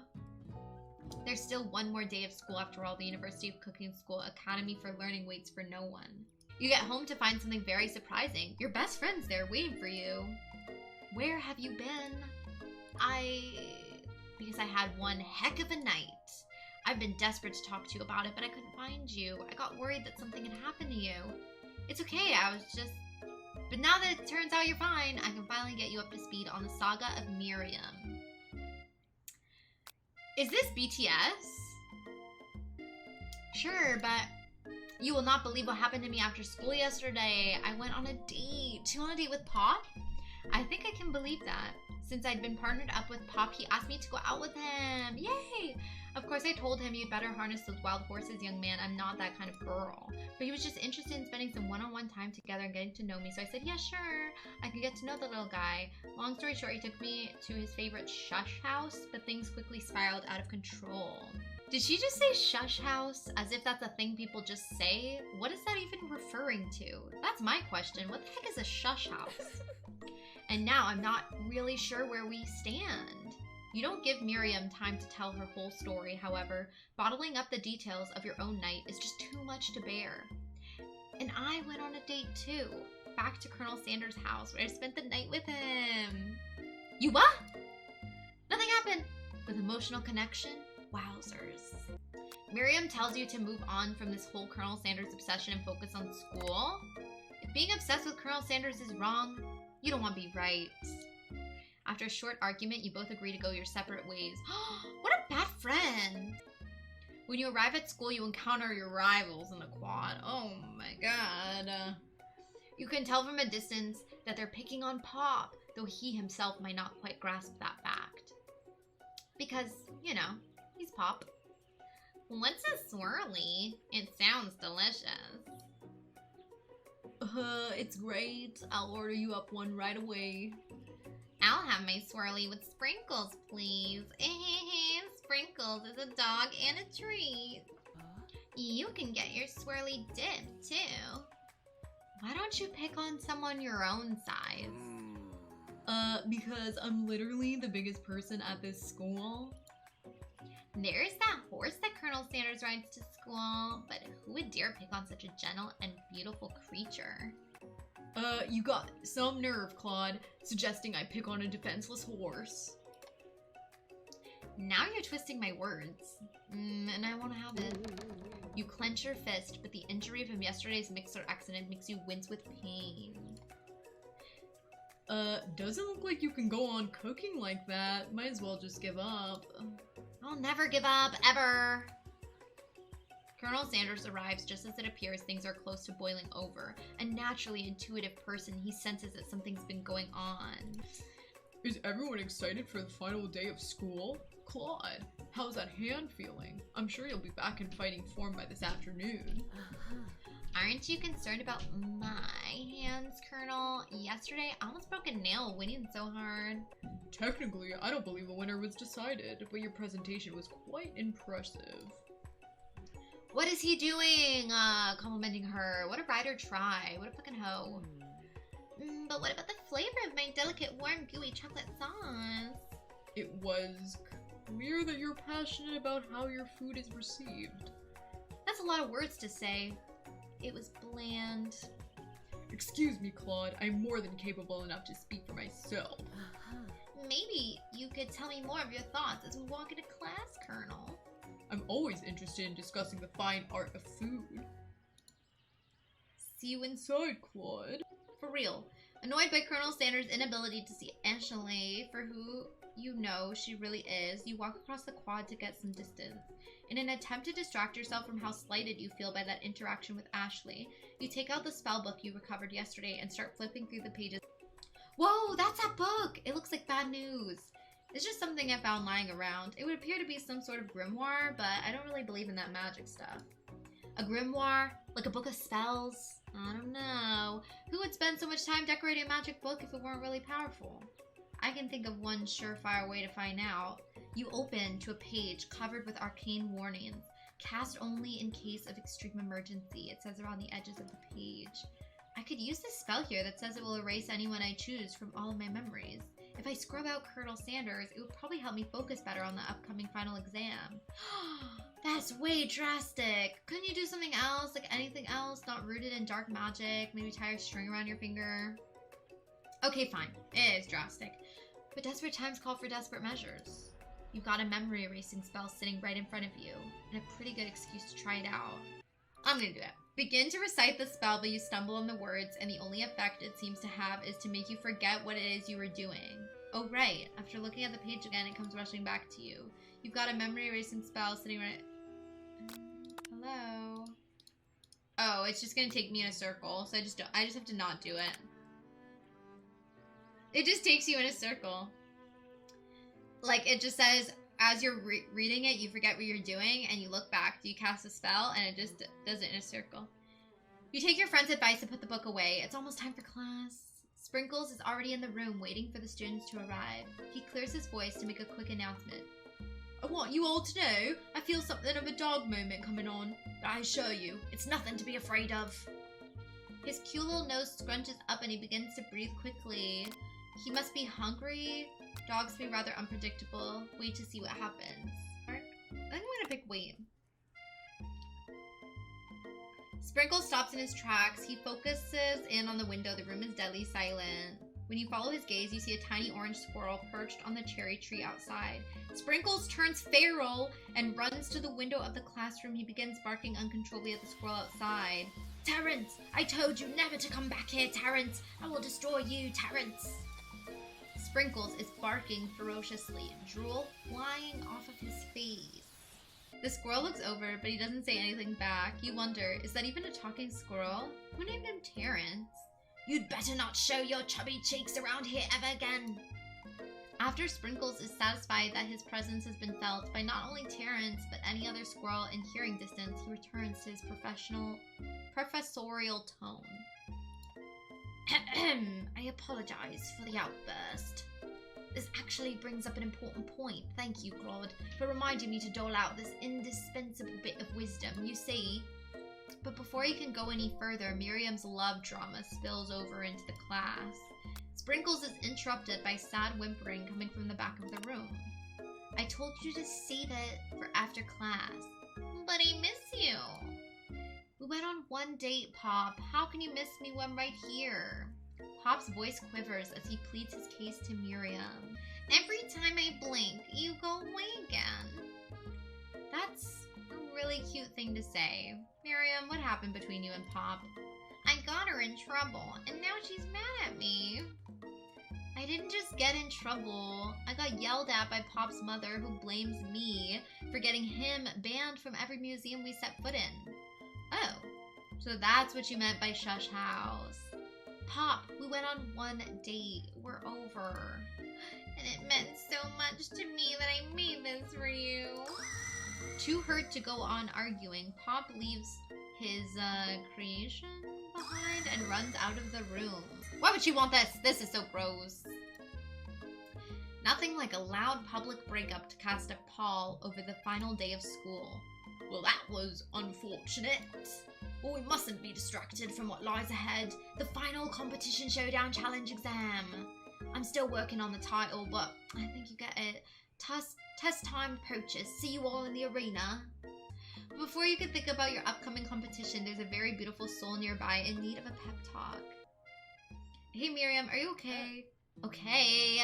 I'm so mad I could smash a tiny mug, spilling several droplets of hot cocoa all over the floor. How could he embarrass me in class like that in front of everyone? Her tiny Coco is a delicious treasure, so you know that this breakup is no joke, even if the source of her frustration is such a silly boy. I know that you know this, but I'm gonna say it out loud. You don't need anyone. Me and you, we're gonna cruise through this final test and hit the carpool lane to Success City. I'm not rude, you're rude. Miriam brightens up, imagining the wind rushing through her short bangs, but she hesitates to embrace the feeling all the way. You're not gonna saddle up on Colonel Sanders' stallion right off into the sunset without me. Of course not. Well, maybe sorta, but I'm sure there's a pony out there with your name on it and a ranch big enough for both of us and whoever else we want to bring along. If it's not Pop or Clank or anyone else you meet today, tomorrow, or this whole year, so what? You're a special person who shouldn't settle for the first someone to show a little interest anyhow. Miriam gives you a big hug and wipes the tears from her cheeks. I should really review my menu for today. I'm gonna make a very special soup. And I bet that Professor Dog is gonna love it up. While you were pep-talking Miriam, you completely missed lunch, but that's okay, because you had a better idea of how to spend the time before your exam. You've decided to head to the arena early to practice a dish. Damn, I thought she was gonna go see Colonel Sanders. This is it! The location of your final challenge. A test of will, a test of courage, a test of talent. And a chance to beat the pants off of Ban Ban, the supposed man-man, and its evil-er counterpart, Ashley. As planned, you begin to run through a quick test of a recipe that you've been working on. Claude's famous chicken pot pie! After practicing for months, making this dish comes second nature to you, and you're able to quickly get a fresh pot pie in the oven. But as soon as you do, your cram session is interrupted by Colonel Sanders. Claude, what are you doing here? There's still time before the final exam. Oh, just taking it all in. I'm big into visualizing success. I'm looking at my station and picturing victory. The pot pie has begun to bake, and the smell is slowly filling the space around you. Visualizing, huh? That's too bad. I was hoping you were here cooking something delicious. You'd usually happily share your food with someone who's hungry, but the last time you let Colonel Sanders get in your head, it cost you a cook-off. You decide that it's time to put your cooking above your romantic desires. But that decision gets hard to stick to when the oven timer goes off behind you. I think I'm gonna fess up, because then it's gonna burn. Honesty is the best policy, and I liked him before. Okay, you got me. I'm doing a little bit more than visualizing. I know. My nose can smell a pot pie from 400 yards. That's an oddly specific distance, but you'd expect nothing less from such an oddly specific man. You knew it was a pot pie just from the smell? Not just a pot pie, but a chicken pot pie with an all-butter crust. And my nose is telling me something else. Ah, no. Is it burning? Haha, no. I can smell that it was made with a heaping helping of TLC. But it'll probably start burning any second if you don't pull it out. The moment of truth. Wow. Oh, Mazooey mama. He didn't say that, I did. It's the best pot pie I've ever tasted. I've always loved country cooking, and I could eat this all day. There's no time left. The final showdown is about to begin. I know. I keep writing my own lines. Fuck. Sprinkles lays down the ground rules. There are no rules. That is, except to cook with everything you've got. You step up for the cook-off of a lifetime. You decide that mac and cheese plus the pot pie you've been practicing are just the dishes that'll push you over the edge to victory. Meanwhile, both Bam Bam and Ashley are prepping wildly elaborate dishes per their usual over-the-top selves. Miriam has her giant magnifying glass and several sets of tweezers. She's definitely prepared to go big, going small. Colonel Sanders seems to be harnessing his 11 herbs and spices, but he's trying to find a way to improve on something perfect, his original recipe fried chicken. You can't improve something that's perfect. Fuck. The intensity in the room starts at a full 10 out of 10 with a frenzy of action. Everyone is calling out really cool special cooking moves as they prepare their food. Wow, this is getting serious. Colonel Sanders batters his chicken as it levitates through the air. Egg wash. What? Why'd they spell like like that. Is it egg wash? Not egg wash. Miriam furiously injects ingredients into an itty bitty pot of broth. Best friend Baster Blaster. What? Baster Blaster. I don't even know, but that's scary. Van flexes his pectorals as he chops open a sea urchin. Let's rock and roid. Is he on roids? I think he's on roids. Ashley scoops her pastries off the tray with lightning speed. Shallow personality spatula. Even Clank gets in on it. 5 dial, pressure, point, chicken, cooking, technique. Wait, when did Clank learn to speak English? What? It's the singularly, as was foretold. We mustn't let it happen, or the appliance uprising will take us all. Self-destruct. Van quickly unplugs Clank and rolls him out the back door of the arena. As you frantically prepare your dish, you notice Ashley has her spellbook out. Is she gonna use some dark magic to turn the tide? You've got a book of your own, and you're desperate not to see her win another battle. Should you take this opportunity to fight magic with magic, even if it's almost certainly evil magic? I think I'm gonna pass on it, and I'm gonna do it the hard way, because like Colonel Sanders once said in chapter 2 or 1 of this game, doing it the hard way makes it taste better. And I feel like if I cast a spell, he will not like me anymore. Who needs magic when you've got passion? I'm gonna do it the hard way. Colonel Sanders sees that you've chosen to win on your own terms, and he gives you a subtle wink across the room. I knew it. I knew it. I believe in you, Claude. Thank you. Miriam notices too. That wasn't in there. I thanked him on my own accord, of course. And I've always believed in you, Claude, since we were little kids, because I'm your best friend forever. You turn to notice that Miriam is at your station cheering for you.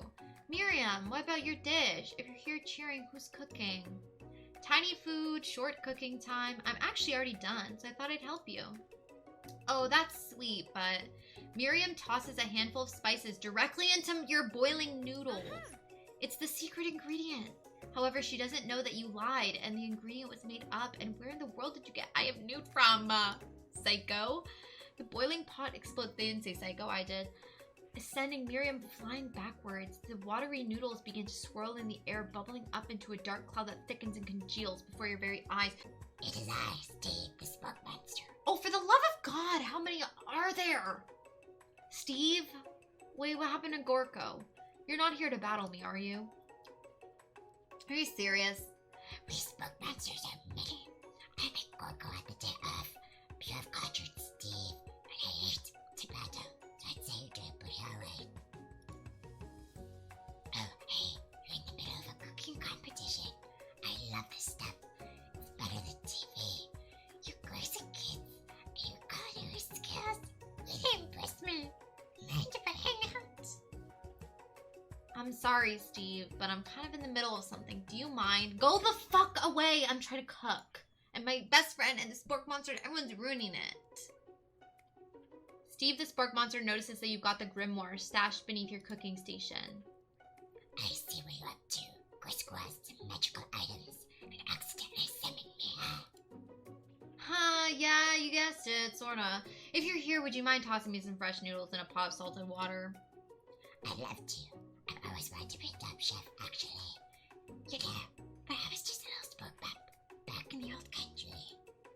You can feel spork monster winding up to tell a very long and involved story. You don't know exactly where they came from, but it seems like it was probably lonely. Oh, it's so sad. Yeah, actually, you know what? Maybe you should watch from the stands. I really need to focus on this competition, please. Thank you, bye. I understand. It's a kind of like that time in monster school. But I had fallen asleep during scare tactics class when I woke up. You toss a serious stare at Steve. And he takes a hint. Never mind. I'll tell you later. Bye, clock. Having suffered this huge setback, you don't know how you could ever win. I have to summon extra power. I can't give up. I can do this. I have what it takes. I came here to win. Your hair turns mac and cheese orange as culinary energy flows through your body. My heart is pure. My hands, they're steady. My taste buds have been preparing their entire lives for. Yes, Quan, you are the chosen one. You will avenge me. The power you'd been summoning immediately fades back out. You interrupted my inspiring monologue.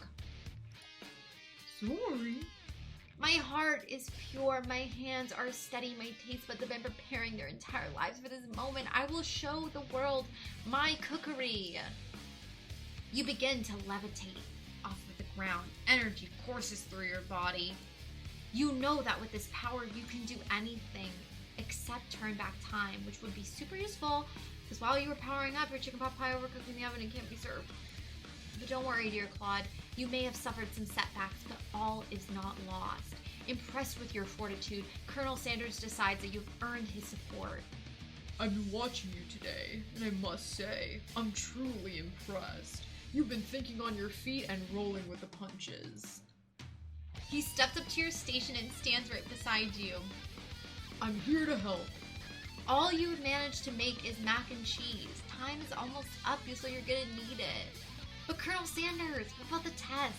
What will happen to you? What about the rules? Following the rules has never really been my kind of thing. I follow my heart. What a guy. Colonel Sanders unfolds a delicate white towel to reveal the most delicious fried chicken tenders you've ever laid your eyes on. And besides, sometimes unexpected combinations can have surprising effects that surpass their individual efforts. Are you suggesting if we combine forces, we can form the perfect food union? time's up, students? With time expired, it's the moment everyone has been waiting for. You must now prepare to present your dishes. A handful of students stand tall, but the class seems incomplete. It seems we're missing some students. Pop? Clank? From off screen, you hear a pure and innocent giggle that can only come from one student. Hee hee hee, I'm flying. It sounds like it's coming from that broom closet over there. Miriam, would you mind? Inside of the closet, you see Pop hanging on a broom hook by the elastic of his underpants. Pop, get down from there right now. Let me guess. Did Van have something to do with this? When someone asks for a wedgie, who am I to refuse? I thought a wedgie was a salad. It looks like Pop is eliminated from the challenge, seeing how he didn't cook anything. I can't feel my legs. May I be excused? Sure. You kids and your pranks. I must say it's the worst prank in UCSAL history, but it's not exactly yearbook material. Wait a second. Pranks? Pranks? Clank! Where did that pressure cooker roll off to? You wait to hear a signature word, a beep, or other onomatopoeia, but there's nothing. Somehow must have gotten unplugged, I guess. We'll have to figure that out later. They didn't spell check this shit. It says somehow must have gotten. What? That leaves only 4 remaining students. Please collect your final projects. Yes, it has been a long semester. But after days of hard work, the time has come for me to eat. Miriam, please step forward. Now, describe your dish. I've made tender udon noodles in savory soup. My word, it's so delicate. Is that a teeny tiny Narutomaki I spy afloat in this itsy bitsy bowl? Yes, Chef. Please, call me Sprinkles. Chef is my father's name. Yes, Sprinkles. And some green tea made from baby tea leaves that I picked myself. Sprinkles carefully sniffs around the dish before opening his mouth and letting just the tip of his big dog tongue dip into the bowl. Sublime! Would anyone else like a taste? Oh, come on! I'm not one of those dogs who doesn't floss. I even have a really cute electric toothbrush for dogs. Fine, I'll enjoy it all myself. And in a flash, the entire meal has been devoured. Not that it took much, it was less than a thimble's worth of soup. A+! Rarely do I taste a dish with as much love poured into it as yours. Miriam is overjoyed. She gives you a huge hug. Thank you, Claude, for helping me to believe in myself and whatever. Van, you're up.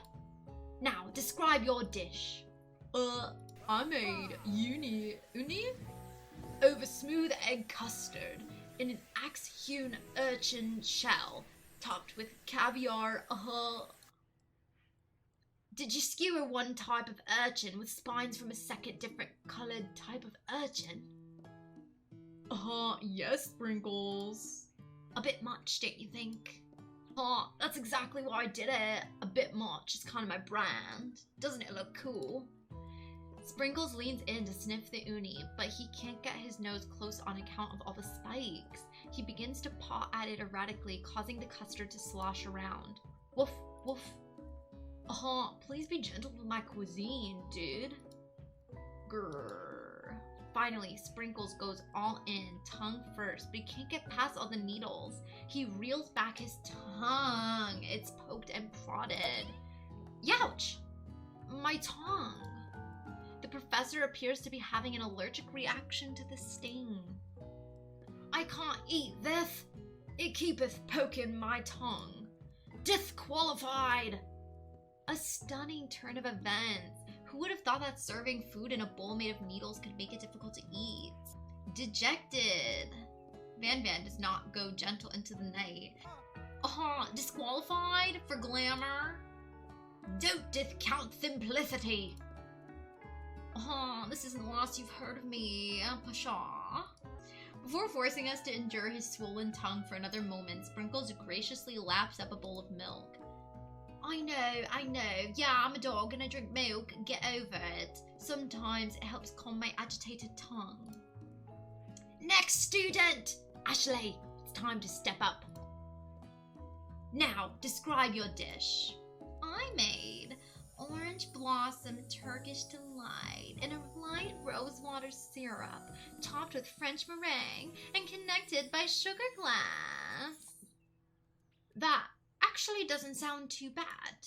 Indeed, it's quite delightful. However, I'd ask that you please refrain from eating it or attempting to taste it in any way. It's very fragile and meant to be a display piece. Don't eat the food at a cooking school? Got toast in your ears or something, Claude? I told you, it's a display piece. Ashley, I must say it is beautiful. However, this is a cooking competition, not a cooking school. Yeah, which is why I cooked it, and I did an extremely good job cooking it too. I didn't realize that we were having an eating exam. If I wanted to be judged on eating, I'd go to the College of Eating, School for the Hungry. I suppose you could smell it if you're absolutely insistent, but don't breathe too hard, you might disrupt the sugar spiral. If the food cannot be eaten, it cannot be judged. You're disqualified. Rage overtakes Ashley, and she finally cannot keep her two-face routine up. You would know high-end cuisine if it cooked you! And with that, Ashley storms off to rededicate herself to being the best, but this time without being shackled by trying to be fake nice and liked by everyone. This isn't the last you've heard of me either. If this class gets much smaller, I'd be teaching myself. You and Colonel Sanders, the final cooks, step up together. 2 chefs. What began as a bowl of delicious mac and cheese has become something else. He examines it closely, sniffing and eyeing the bowl. Uh-oh. I don't have a good feeling about this. From somewhere in the room, a literal drum roll plays. Just when I thought I've seen everything in this kitchen, you give me this thing. And completely blow me away. In my 49 dog years of life, I've never tasted anything so delicious and perfectly balanced. It's so delicious, in fact, that everyone passes the class. You passed, and you get a pass, and you get a pass, and everyone gets a pass. Everyone gathers around and partakes of the mac and cheese bowl. They all seem to transcend this reality into another dimension. You win. Together, you and Colonel Sanders have made a new menu item. The new menu item is so impressive, even the Van and Ashley are drawn back in by its magnetic fragrance. When they gaze upon your mac and cheese bowl, they admit that you're indeed an excellent chef. Sprinkles declares that you've passed. Everyone's passed. There are supposed to be more battles, but come on, how could they be better than this one? How the fuck did Van not even go to jail, not even get reprimanded, and he passes with a shite dish? Now that the school year is complete and everyone has graduated, the students return for one last assignment to get their groove on. The cafeteria has been completely redecorated in order to serve as the site of the school's graduation dance. Compared to the massive high-tech cooking arena, the humble decor seems downright cute and cozy. DJ Dog is in the house! Ow, ow, ow! You knew that Sprinkles was a master chef, but also world-renowned turntablist? Who says you can't teach an old dog new tricks? Van and Ashley tell everyone that they've committed themselves to righting the wrongs that they did while they were the villains. For a moment, you actually believe them. Not another haunting. No ghosts allowed at graduation. It's clearly written in the school's bylaws. I was never actually a ghost. It was all a trick to get you to finally notice me.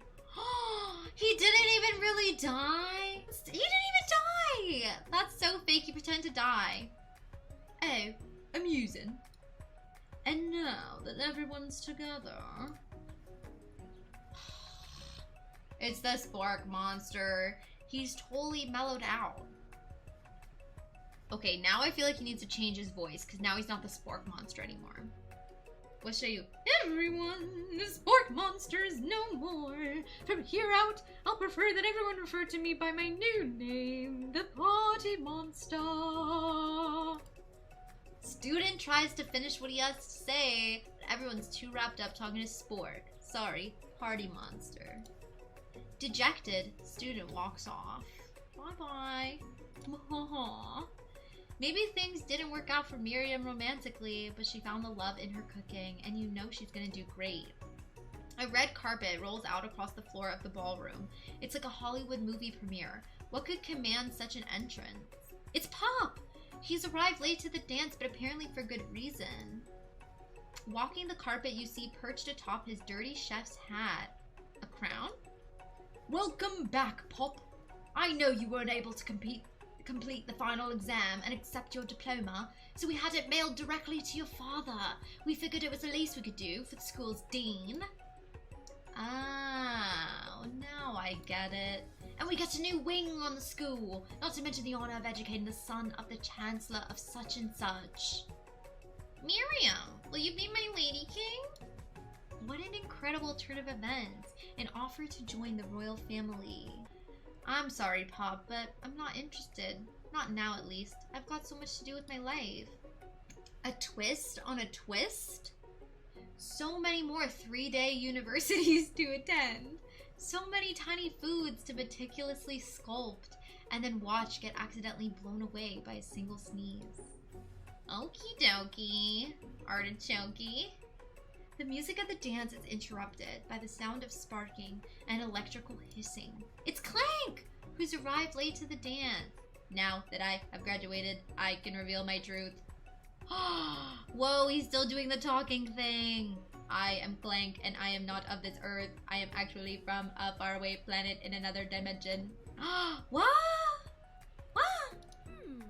I actually feel like I knew it. I knew this whole time. Now that I have learned the ways of your kind, I must return. A portal opens and Clank disappears through it. Finally, Colonel Sanders arrives! Howdy, classmates. Just like the first day you met him, he's come prepared to feed the entire class. However, it's not enough to give them a bucket of chicken. This time, it's a full meal. I didn't get to be the most famous chicken man in the history of chicken and man by not reminding people to go out and buy my chicken. That's the end? He reminded me to go buy his chicken. I gotta buy his chicken tomorrow. No, it's not the end! It's not the end. As everyone feasts on their delicious chicken dinner, Colonel Sanders finds you sitting at the end of the dance floor. Claude, what are you doing sitting all alone? Oh, you know, just waiting for the right person to ask me to dance. I wonder, might you tell me, what are the qualities that you would expect to find in such a lucky person? Off the top of my head, I don't know, a spicy musk, a tiny goatee, a degree from the University of Cooking School Academy for Learning, just to name a few. It truly is my lucky day. Would you dance with me? Yes, I would love to. As you glide across the dance floor hand in hand with Colonel Sanders, the future stretches out in front of you. And once my 100th franchise is up and running, I'll be ready to take a day off, and I'll be so glad to spend it together with you, Claude. How frickin' fucking sweet. We'll work together and play together. Colonel Sanders stops dead in his tracks. Work together? Well, I think this is something I'll just need to do by myself. What the fuck are you talking about? Who will help you run your restaurants? I don't believe I need help. Besides, based on your time at school here, do you really think running restaurants is the best path forward? Could it be you found a love connection but failed to earn Colonel Sanders' respect as a chef? Can you live with only half of him? Will you be able to endure sharing him with his other love, the life of an entrepreneur? I suppose I could enroll in pastry school. Oh, my dear Claude, I'm sure that you'll find your place eventually. And along the way, you'll have me by your side. The end. He said, "You're so sexy, but you're shy at cooking. You could not run a restaurant.